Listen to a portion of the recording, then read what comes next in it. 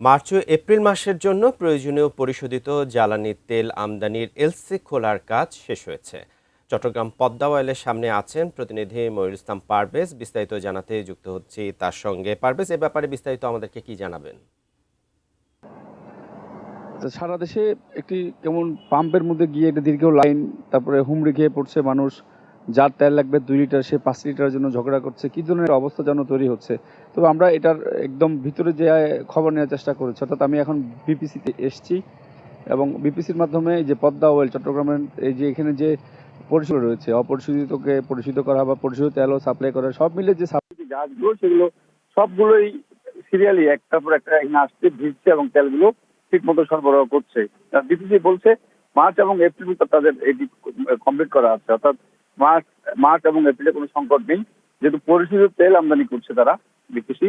এবং এই সংকটটি যেহেতু নাই, কিন্তু কেন পাম্পের মধ্যে মানুষ এভাবে ভিড় করছে এটি আমরা জানার চেষ্টা করি, তো শুধু তারা সদুত্তর দিতে পারেনি। এটি হঠাৎ করে সরকারি কোনো একটি প্রজ্ঞাপন দিয়েছে যে 2 লিটারের বেশি নেওয়া যাবে না বা 10 লিটারের বেশি কারে নেওয়া যাবে না, এটি একটি আতঙ্ক হয়তো সৃষ্টি করতে পারে বলে বিপিসির একজন কর্মকর্তার নাম প্রকাশে আমাকে জানিয়েছেন যে এটি আসলে সরকারের যে জ্বালানি তারা সদুত্তর দিতে পারেনি। এটি হঠাৎ করে সরকারি কোনো একটি প্রজ্ঞাপন দিয়েছে যে 2 লিটার বেশি নেওয়া যাবে না বা 10 লিটারের বেশি কারে নেওয়া যাবে না, এটি একটি আতঙ্ক হয়তো সৃষ্টি করতে পারে বলে বিপিসির একজন কর্মকর্তার নাম প্রকাশে আমাকে জানিয়েছেন যে এটি আসলে সরকারের যে জ্বালানি মন্ত্রণালয় রয়েছে সেখান থেকে এই ধরনের নির্দেশ দেওয়ার পরেই কারণে মানুষের মধ্যে একটি আতঙ্ক তৈরি হয়েছে, যার কারণে হয়তো এই ধরনের অবস্থা সৃষ্টি হয়েছে। কিন্তু আসলে বাস্তবিকভাবে আমরা দেখতে পেয়েছি এই মার্চে যে জাহাজগুলো সেগুলো অপরিশোধিত তেল নিয়েও যেরকম আসছে, পরিশোধিত তেল নিয়ে আসছে, অর্থাৎ প্রতি মাসে 15টি জাহাজ এভাবে আসে পরিশোধিত তেল নিয়ে।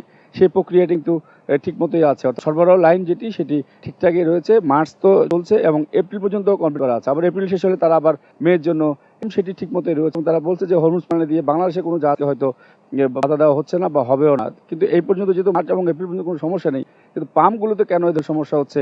হঠাৎ করে মানুষের ভিড় বেড়ে গিয়েছে, অনেক জায়গায় তেল হচ্ছে না, এটি হচ্ছে সরকারের নজর দেওয়া দরকার। এবং কেউ এই সরকারকে একটু বেকায়দা ফেলার জন্য বা অস্থিতিশীল করার জন্য কোনো একটি চক্র কাজ করছে কিনা সেটি অনেকে বলছেন যে ব্যাপারে সরকার একটু খতিয়ে দেখা দরকার। আপাতত আমি যেটা বলছি যে পদ্মা অয়েলের পেছনে আপনি দেখছেন সিঙ্গাপুরের পতাকাবে একটি জাহাজ, সেটি তেল খালাস করছে এবং মেঘনাতেও একটি তেল খালাস করছে, সেটি আমি পরবর্তী খবরে মেঘনাটি দেখাবো। আপাতত এই যে তেলের যে প্রক্রিয়া সেটি সঞ্চালন লাইন সেটি ঠিক আছে, আমার কাছে এই তথ্যটি রয়েছে। বান্না।